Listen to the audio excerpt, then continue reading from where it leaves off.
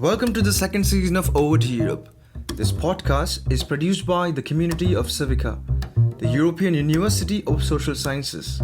CIVICA unites 8 leading European higher education institutions to create the next generation European university. One of the primary goals of CIVICA is to connect these 8 universities to promote the exchange of knowledge and resources for the European common good.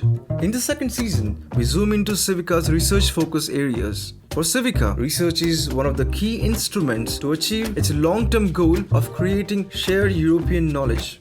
Thanks to the newly launched project CIVICA Research, the Alliance will continue to deepen its collaborations in research around these major areas. We talk to researchers and faculty members from the 8 CIVICA partner universities to bring you cutting-edge European research in social sciences.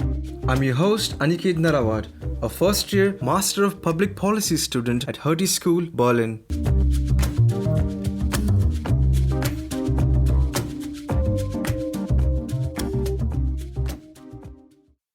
Immigration is not a new phenomenon to the world or to Europe. Humans have been migrating since the dawn of time in search of safety, prosperity, better opportunities, higher connectivity, and the possibility to travel longer distances have accelerated this process at an unprecedented rate in recent times. We have seen many communities immigrating on a comparatively larger scale in the last century. Large-scale migration poses several challenges not only to destination countries but also to home countries. In 2014-15, Europe has seen the largest migration since the Second World War. The migration from the Middle Eastern and North African countries is largely known as the Migrant Crisis. The Migrant Crisis has initiated a new public debate and political conversations about immigration in Europe. But this is just one side of immigration, which is a complex and multifaceted phenomenon. In response to that, in this episode, we want to have a broader conversation about migration in Europe. In this episode, I speak to 3 different experts focusing on aspects of migration in Europe. To begin with, I spoke to Natascha Zaun, an assistant professor in migration studies at European Institute of the London School of Economics and Political Science.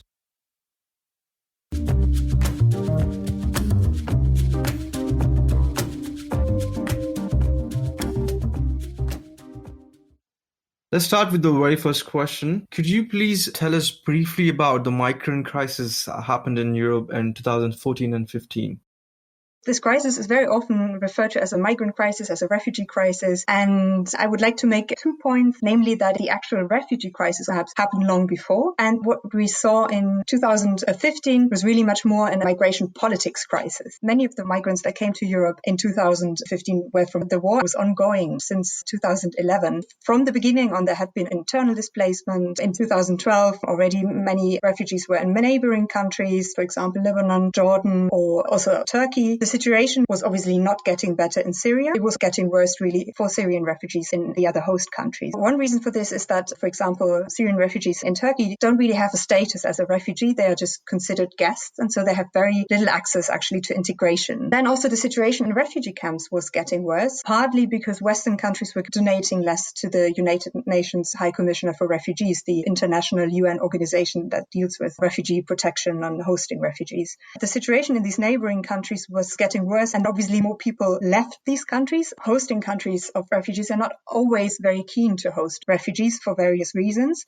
So these countries let people move on. There's sometimes even some evidence suggesting that, for example, Turkey kind of waved asylum seekers through. So did then Greece and in Europe. That really led to a situation where asylum seekers were waved through. They also wanted to go elsewhere, to traditional asylum seeker destinations in Europe, such as Germany and Sweden. Those countries at some point closed their borders, and that's where we really saw the asylum crisis, where Europe was not able to agree on any kind of responsibility sharing mechanism, despite the fact that policymakers in the European Parliament had discussed enhanced responsibility sharing in 2012. That's very typical of asylum policy making. It's never really proactive. It just deals with refugees when they are there. That really led to this asylum crisis. Some of the countries were quite welcoming in the initial days, and some of the countries may not be so much welcoming. Could you briefly talk about why some of the countries were more welcoming? Are there any particular economic reasons to have this immigrants over, especially like Germany, who accepted a lot more immigrants? Would you talk about the economic reasons or the political reasons why some of the European countries welcomed these immigrants? Generally speaking, as soon as an asylum seeker is on a European country's territory, that country has to process their asylum application. If these countries want to be considered good citizens of the international community, countries that respect international and human rights law. Some countries didn't care so much about this, but what do you do when such a large group of people is on your territory? Normally, when you have people crossing borders, that's in faraway places from Europe. You never had such a large group of people in the heart of Europe. I think these countries just didn't want to have these ugly pictures of border guards pushing people back. And some countries were perhaps more concerned about this than others. In the case of Germany, what also played a role was the fact that European integration was not only stagnating, but in a very dire situation after the sovereign debt crisis. I think Germany wanted to show some solidarity. And that's potentially also something that a lot of countries expected, because these refugees never wanted to go to Greece. They wanted to go to Germany or to Sweden. When it comes to the economic motives, sometimes they are presented as drivers of this, but later on used as a selling point for they're good for our economy. I think European and German refugee policies have never been welcoming of refugees just per se. They're usually very restrict. We shouldn't forget about that. So my impression was there were never really economic motives making Germany open its borders. That was rather later used to say, look, those migrants are actually good for our economy. Germany was always very hesitant to take in refugees. So I think that was not necessarily a main motive. We so far have talked about what the crisis is. Now let's move to 2020, 2021. The recent conversation is more about how we can integrate these refugees into the European society. Could you talk about what are the major steps taken by the EU and possibly some of the member states to integrate these migrants into the European society? Starting with the question of what is the EU doing in this area? That's a very interesting question. And the problem is that it can't do anything because integration is not a European prerogative. The EU has no right to legislate in this area. That leads to a highly diverse system or approaches to integration. You have countries like Sweden that at least traditionally was very proactive with early labor market integration and an approach where the idea is really we want to make sure people take roots here, become part of society and contribute to society. Then there are countries, for example, like Germany or the UK, where the approach is more punitive. We don't want to integrate people. We want to be able to return them. Many of these people stay much longer, and then you have essentially missed a chance to integrate them. Then there's also countries like Greece or Italy, where there's really no integration policy. Much of this is happening more from a grassroots level and NGOs that help the migrants, but not necessarily the government. That is very problematic because many refugees are traumatized, and they are also a very diverse group. I wouldn't necessarily say because they come from more authoritarian states, they're more likely to be authoritarian minded. Many are actually fleeing this, right? And of course, if people do not feel valued, no chance of getting reunited with their family, people can get desperate, and that can lead to a lot of problems. The radicalization of migrants, of course, happened. Perhaps individual people with certainly severe mental health problems. We see really similar dynamics of radicalization as with other groups and all types of radicalization, from the right-wing terrorism to jihadist terrorism, which is also coming from citizens, people that have lived long in European countries, but that feel disenfranchised and disconnected to society.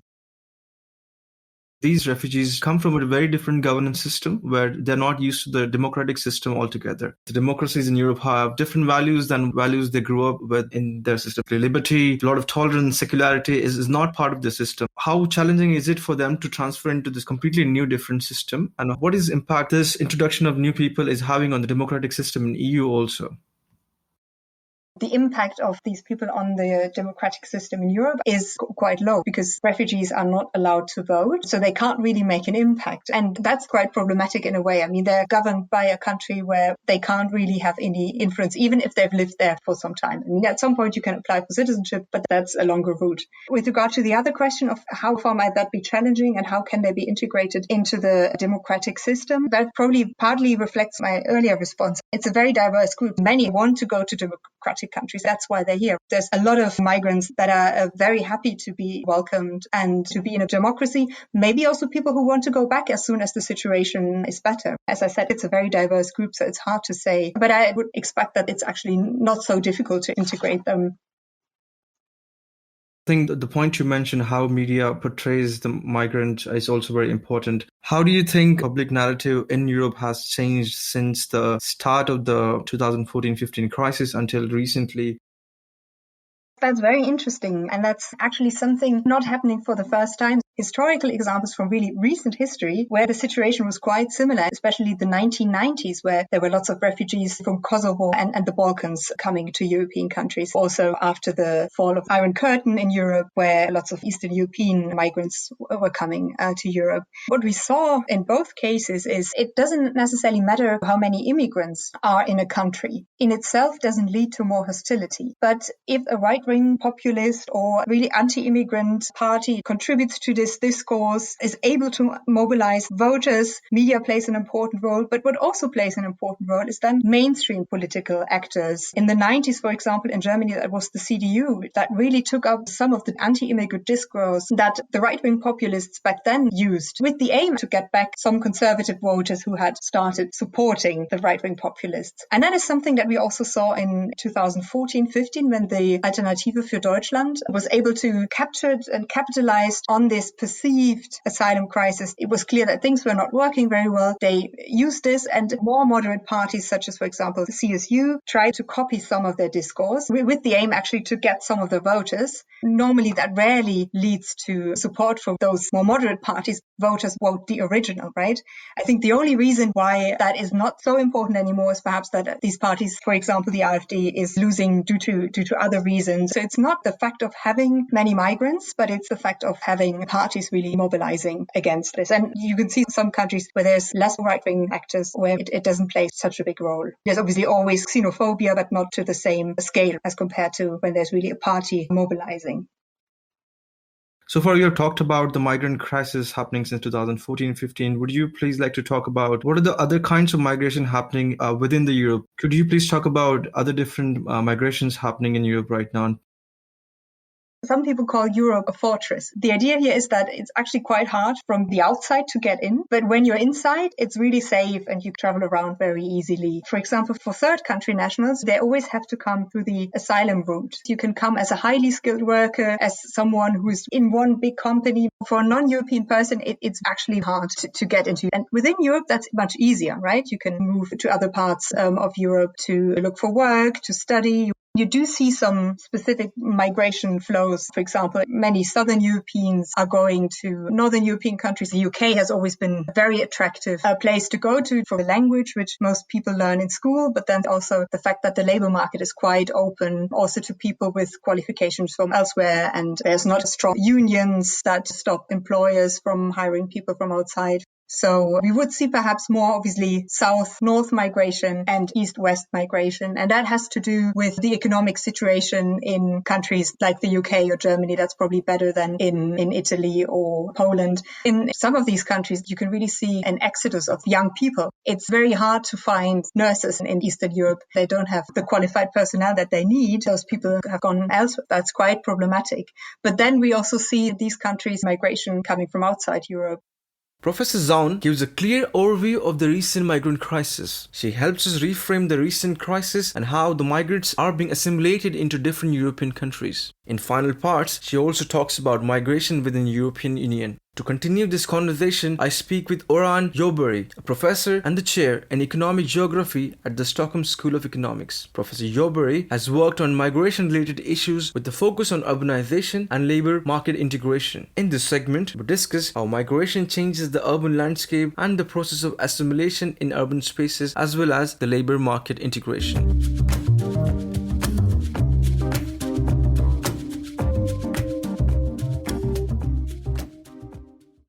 So first of all, would you like to speak a little bit about what has a recent immigration crisis in Europe changed the urbanization in different European cities?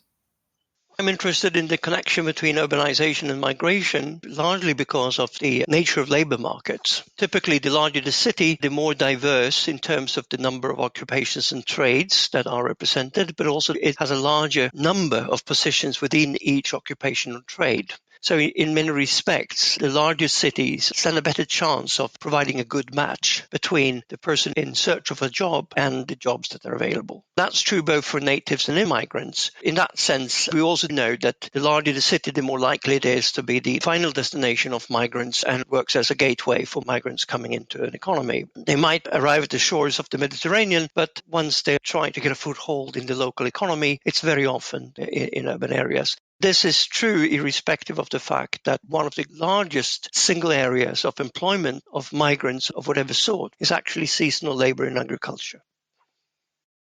When we introduce large number of immigrants in new cities, it puts a lot of pressure on the cities itself, the financial resources and other resources. Would you like to comment on how immigration has put constraint on cities and the countries in Europe, and eventually, as a result of that, pressure on urbanization and cities? We need to approach the issue a bit differently. We may think of it as being an issue of resources, and of course it is. But if we go beyond that, we may think of it as a cost, as an investment. In particular, if we think of it just as a cost and a current expenditure, there is no upside to it. Not only will migrants get a very bad press, as they often do, and it's being exploited in populist circles, but it also misses some of the fundamental values in migration. We do know that over time, migrants tend to contribute to the economy. It might not necessarily be the case that they provide a net positive contribution to the fiscal balance of the country over their active lifetime, but generally speaking, they do contribute to the host economy, because there are huge differences between migrant groups. This may take 10, 20 years, but in many other cases, it moves on much faster. What I think is necessary, before thinking of the cost, it's obvious that the refugees that arrived in Europe in 2015, they increased from about 500,000 to 1.3 million. That, of course, will put a strain on administrative capacity, on the reception centers, on the monetary side of things. Is also why the EU stresses solidarity across countries to try to even out some of these burdens. Depending on how it's done, it might prepare the ground for successful and productive integration into the local labor market if properly done. The question is, how do we do this in the best way? Having said that, there's a time dimension to this, quite clearly. As with any investment, you have to do the investments up front and you reap the benefits later. There is an additional cost that you might not see right away. Simply by not being proactive, you actually make things worse than they could have been. Of course, there's an opportunity cost, and that one is difficult to measure. There are also other aspects that share similar type of features here, but we also need to consider, if we look at the OECD area, which includes countries outside the European Union, refugees make up less than 1/5 of the total population, despite that this area actually includes two of the largest recipients of refugees in the world. We find that the great majority of the migrants are not refugees, and in most countries, the refugees are those that are the furthest away from the local labor market. They have the biggest hurdles to overcome.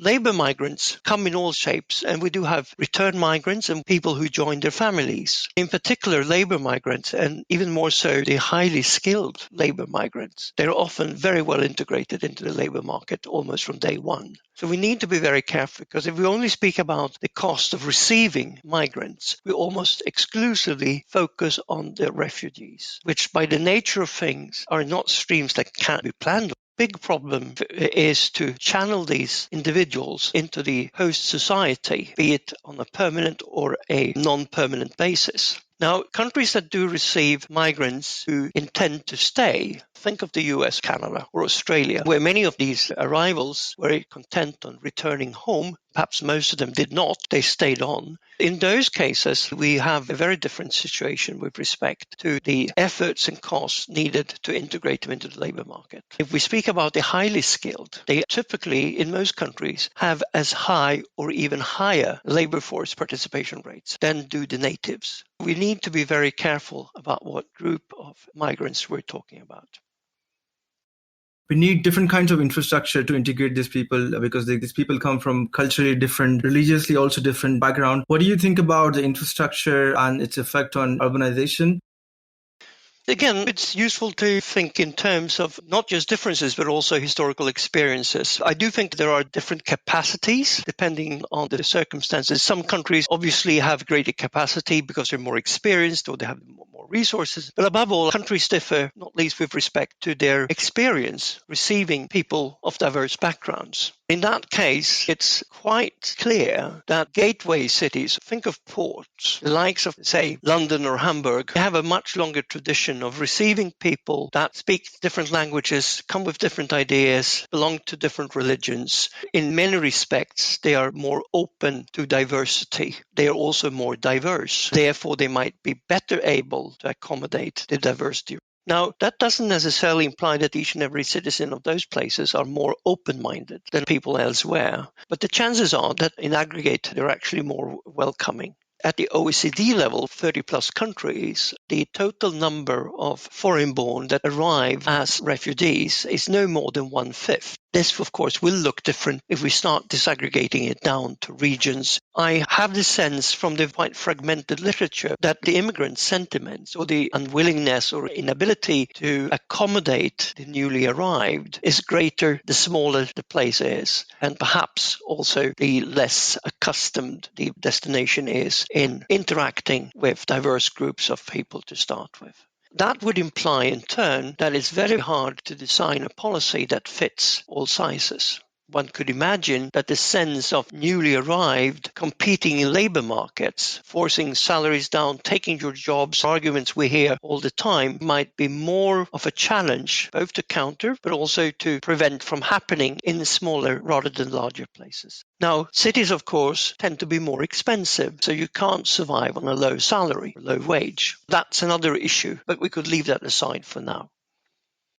One of your research interests is the labor market and how we integrate the refugees and the other migrants into the labor markets. What are the policies so far have been taken by the EU or the member states to integrate these migrants who are not prepared to easily integrated in the system? What are the steps taken by the cities, countries, or the EU itself? As I see it, the EU has worked more on the level of principles and regulations, including asylum procedures to standardize. There's also the idea under the various incarnations of the Dublin codes that we should divide the burdens across the member states. In terms of active policy interventions, there is far less, partly because it's devolved to the member countries, and it's very difficult to design policies that would fit all situations because of the variable number of arrivals over time relative to the past, but also to the resident population. It's true that refugees from certain areas have less formal educational attainment as others in Syria and Iraq, which of course have been two major source countries because of the conflicts that have evolved over the past decade. We do know that at least in the Nordic countries, there's a very strong bifurcation in terms of educational attainment. We have the highly skilled and we have a large number of those with very little skills. There is a missing middle, whereas from other parts of the world, it's more evenly distributed across the skills profiles. So this may differ quite a lot because there's some sorting going on, including that of pre-existing ties. Again, it's very difficult to generalize.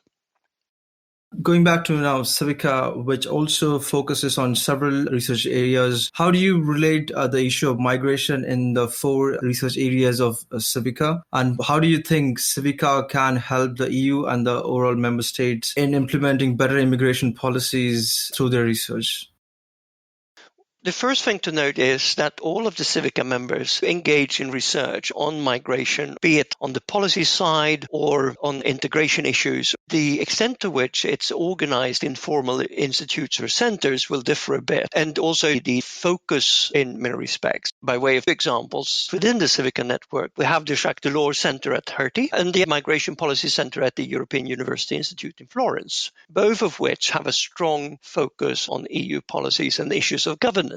Whereas if you were to go to LSE or Sciences Po, the focus might shift into other issues. At SSE, where we do not have a formal center of migration studies, it's subsumed under the heading of social sustainability. We tend to focus on integration. While we do look on labor market integration, we are quite unhappy with that limited scope. We think that integration is something much wider than simply having an attachment to the labor market. Important as that is, we think that we should widen the scope. Within the CIVICA networks as such, we cover a very wide area of research relating to migration, which I think is one of the issues of strength of the network. In the last segment, I speak to Alexandru Cârlan, a lecturer at the National University of Political Studies and Public Administration, Romania. Professor Cârlan gives an interesting understanding of intra-European migration. He focuses his conversation on Romania and how migration also affects the home countries.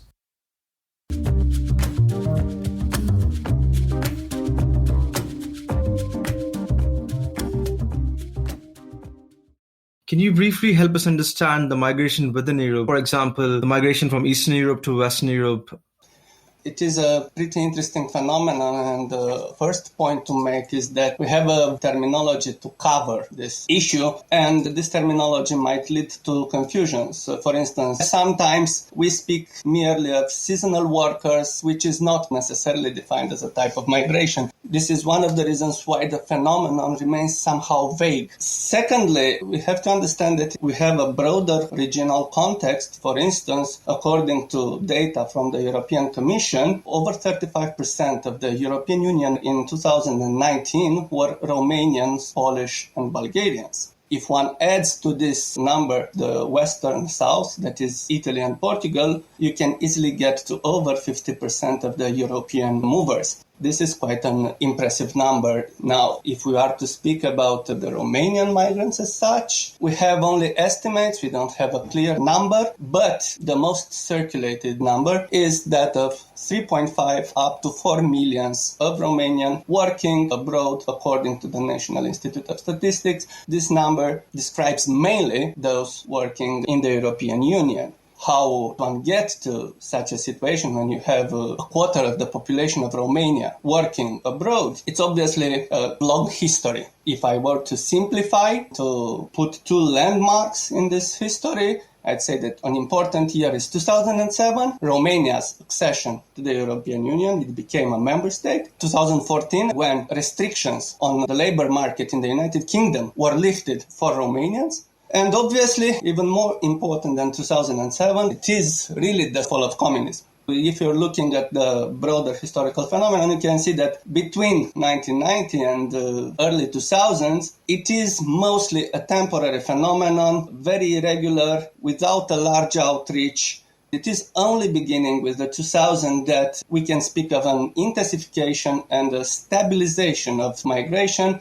These are justified by bilateral agreements that provide a legal framework for this kind of work. Another interesting point stemming from this phenomenon of migration from Eastern Europe to Western Europe is the formation of new diasporas. We have new communities forming. They have peculiar ties, both with the country and destination and with the home countries. They are not typical ties that would describe any diasporic phenomenon. You don't have this definitive split with the home country, but you have these people described as diaspora by the media and quickly jumping to the opportunity by the politicians, and they are turning somehow into a kind of actor that is very courted, and this actor has to resist various instrumentalizations coming from the home country.